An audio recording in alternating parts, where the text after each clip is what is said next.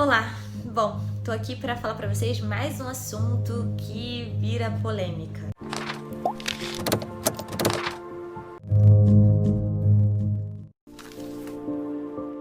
Relacionamento abusivo. Por que relacionamento abusivo agora tá um tema tão falado? As pessoas estão se interessando tanto. É porque não existia, passou a existir? Não. Já existia há muito tempo, né? Principalmente pela nossa cultura machista, onde sempre tem alguém se sobrepondo ao outro. Já existia. O problema é que depois desse confinamento a gente viu que tiveram alguns probleminhas aí de relacionamento, onde tiveram abusos físicos, abusos psicológicos, e eu vim aqui para falar dos dois. No relacionamento abusivo não necessariamente existe o quadro da violência física. Não começa com um tapa na cara, já com uma agressão. Começa de uma forma muito sutil. Primeiro, o abusador, ele se mostra como um príncipe encantado, alguém que você realmente precisava na sua vida, porque ele te coloca pra cima, ele te coloca no pedestal, mostra o quanto você é forte, o quanto você é maravilhosa. E aí, quando ele já conseguiu fazer você se apaixonar, que você já está ali de quatro por ele, o que ele faz? Ele começa a querer que você mude. Por quê? Assim como ele se atraiu por você daquela forma, outras pessoas vão se atrair também pelo teu jeito. E aí, inconscientemente, né, por conta do ciúme, pensando assim, vamos fazer alguns ajustes aqui no relacionamento. E aí ele passa a fazer sugestões em relação à sua forma de vestir, sua forma de comer, sua forma de se portar, sua forma de socializar, o que você deve postar, o que você não deve postar. Antes, né, isso era algo atrativo para ele. Agora, ele não quer que você saia se expondo por aí. Então, o que ele faz? Ele começa a sugerir uma coisa ou outra, sempre de muito leve, de uma forma muito fofa, sempre se colocando ali como vítima da situação, né? Como se você estivesse prejudicando de alguma forma. E aí é que a teia começa a acontecer. Porque você vai liberando uma coisa aqui, uma coisa ali, e quando você vê, você já tá num relacionamento onde você não consegue sair facilmente, porque você já se tornou dependente emocionalmente. E aí, assim, tem algumas questões onde a pessoa ela já tem uma dependência emocional, já é uma pessoa fragilizada e ela acaba escolhendo um perfil já abusador. Mas também tem aquelas pessoas que são fortes, que não têm histórico de abuso, nada disso, e caem nessa cilada. Então não existe idade, não existe sexo, não existe nada que possa, né, assim, impedir que isso aconteça com você. Eu vou falar hoje sobre o relacionamento de um homem e de uma mulher, mas assim, saiba que existem várias áreas, né, do relacionamento abusivo. E aí no outro vídeo eu vou falar, né, quando é abuso de pais e filhos, quando é de um chefe subordinado, quando é de uma relação de amizade. E aí eu vou fazer em partes, mas agora, hoje, eu quero falar pra você que aí já se relacionou, está se relacionando, conhece alguém que está se relacionando num relacionamento abusivo. E aí, o que acontece? Primeiro existe um excesso de amor, né, como eu falei. Depois, o outro quer que você mude, então existe aí o desejo de mudança. Depois você já entrou na teia e fica muito difícil porque você começa a se sentir inconveniente, começa a se sentir inadequada, começa a diminuir sua autoestima, começa a se sentir insegura. A pessoa ela faz de uma forma, muitas vezes, né, com uma lábia, onde se você não fizer, você acaba se sentindo culpada. E aí você começa a sentir aquela culpa e aquele desejo de agradar, né? Porque o outro também sabe agradar quando ele quer. E quando você não faz alguma coisa que ele, né, que ele pede, que ele sugere ou que ele não aprove, é engraçado como muda o humor, né? Porque a pessoa ela já fica de cara fechada, emburrada, tem um acesso de raiva, ou muitas vezes para de falar com você. O não falar também é um tipo de abuso, né? Tem casais aí que ficam uma semana sem se falar quando brigam, e isso é um abuso. Uma pessoa que não dirige a palavra pra você, onde você passa por você e não fala, te ignora, isso é uma forma de abuso também.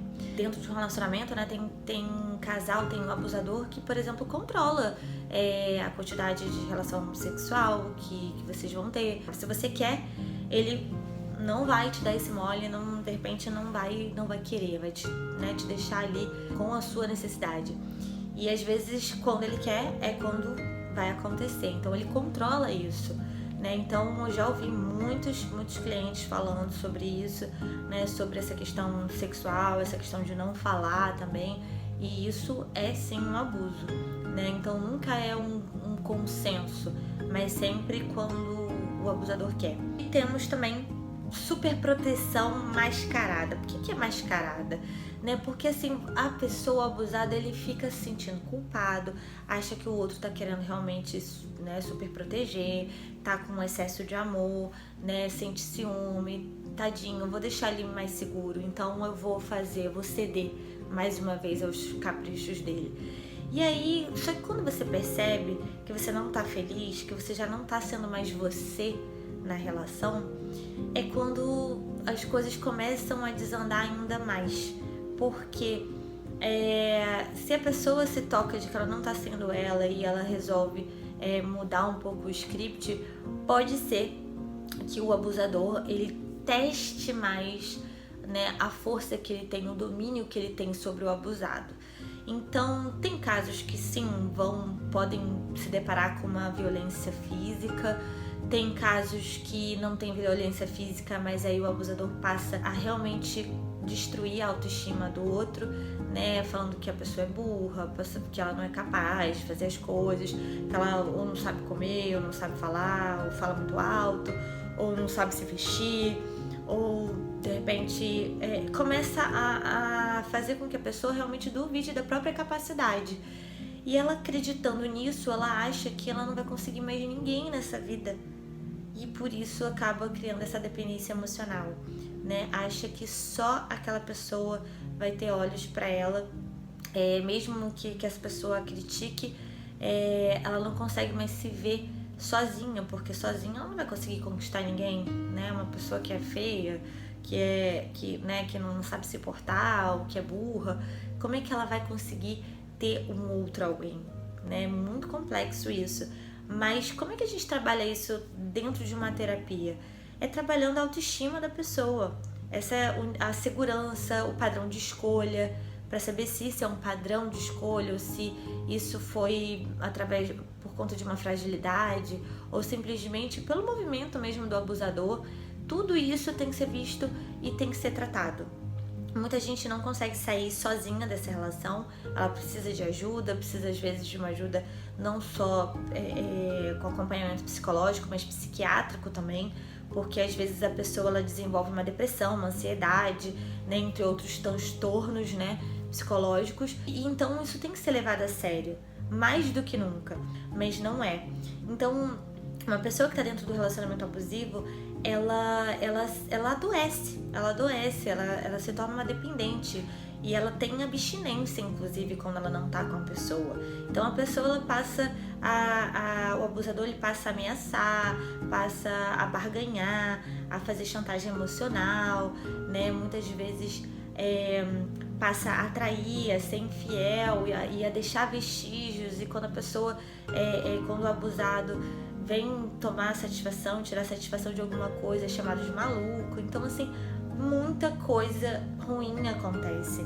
Mas quando você percebe isso, se você tem um amigo que tá nessa situação, né, dá esse vídeo pra essa pessoa assistir, pra ver se ela não tá passando por isso, né? O abuso, ele vai muito além, né, do que a gente imagina. Não é uma coisa só um trauma físico, mas é um trauma psicológico, é um trauma inclusive do coração. O que pode acontecer com essa pessoa? Ela pode até sair dessa relação, ou ela vai desenvolver um trauma, né, ou ela vai realmente desenvolver um autoconhecimento muito grande e vai passar longe de abusador, ou ela vai substituir aquela relação por um outro abusador. Então ela precisa mais do que nunca desse desenvolvimento, desse tratamento, né, e dessa solução. Um beijo, fiquem com Deus.